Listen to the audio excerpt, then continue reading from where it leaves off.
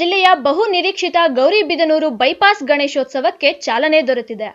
ಗಣೇಶ ಚತುರ್ಥಿಯ ಅಂಗವಾಗಿ ಮೊದಲನೇ ದಿನವಾದ ಇಂದು ಶಾಸಕ ಪುಟ್ಟಸ್ವಾಮಿ ಗೌಡ 22ನೇ ವರ್ಷದ ಬೈಪಾಸ್ ಗಣೇಶೋತ್ಸವ ಪ್ರತಿಷ್ಠಾಪನಾ ಕಾರ್ಯಕ್ರಮಕ್ಕೆ ಚಾಲನೆ ನೀಡಿದರು.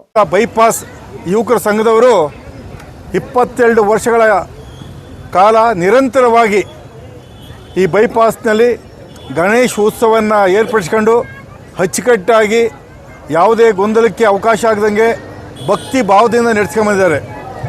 ಈ ವರ್ಷವೂ ಕೂಡ ಇವತ್ತು ಗಣೇಶೋತ್ಸವವನ್ನು ಭಾಳ ಭಕ್ತಿ ಭಾವದಿಂದ ಮಾಡ್ತಾಯಿದ್ದಾರೆ. ಹಾಗೆಯೇ ಬೈಪಾಸ್ ಯುವಕರ ಸಂಘದವರು ಭಾಳ ಭಕ್ತಿ ಭಾವದಿಂದ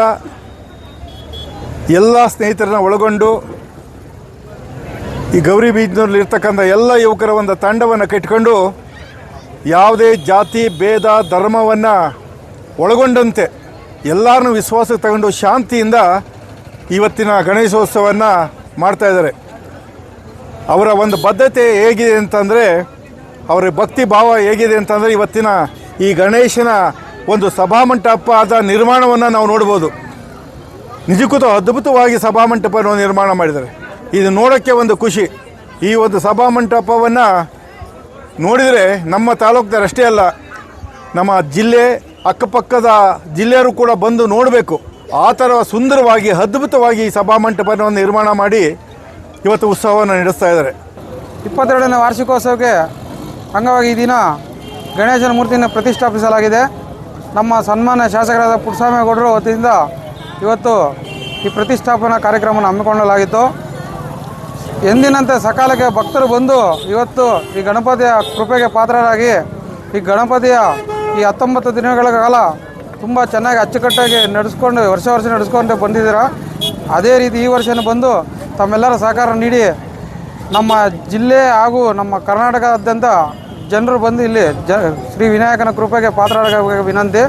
ಗಣಪತಿ ಮೂರ್ತಿಗೆ ಯಾವುದೇ ರಾಸಾಯನಿಕ ವಸ್ತುಗಳನ್ನು ಬಳಸದೆ ಪವಿತ್ರ ಗಂಗಾ ಮಣ್ಣಿನಿಂದ ಗಣೇಶ ಮೂರ್ತಿಯನ್ನು ಮಾಡಲಾಗಿದೆ. ಹಾಗೂ ಪವಿತ್ರ ಧಾರ್ಮಿಕ ಸ್ಥಳಗಳಾದ ಬದ್ರಿನಾಥ್, ಅಯೋಧ್ಯ, ಕೇದಾರನಾಥ್, ಧರ್ಮಸ್ಥಳ, ಮುರುಡೇಶ್ವರ ಇನ್ನಿತರ ದೇವಾಲಯಗಳ ಮಾದರಿಯನ್ನು ಇರಿಸಲಾಗಿದೆ. ಭಕ್ತಾದಿಗಳ ಸುರಕ್ಷತಾ ದೃಷ್ಟಿಯಿಂದ ಸಿಸಿ ಕ್ಯಾಮೆರಾ, ಅಗ್ನಿ ನಿರೋಧಕ ವ್ಯವಸ್ಥೆ, ಸರ್ಕಾರದ ನಿಯಮಗಳನ್ನು ಪಾಲಿಸಲಾಗಿದೆ.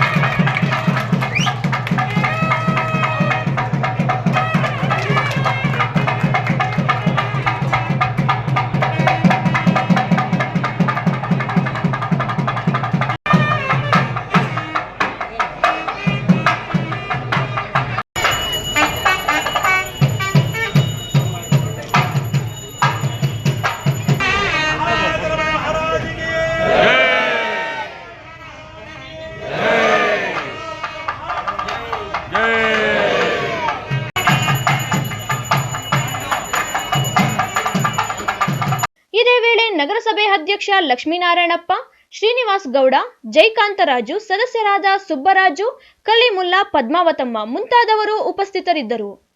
KP Sameerachari, MMTV news, Gauribidanur.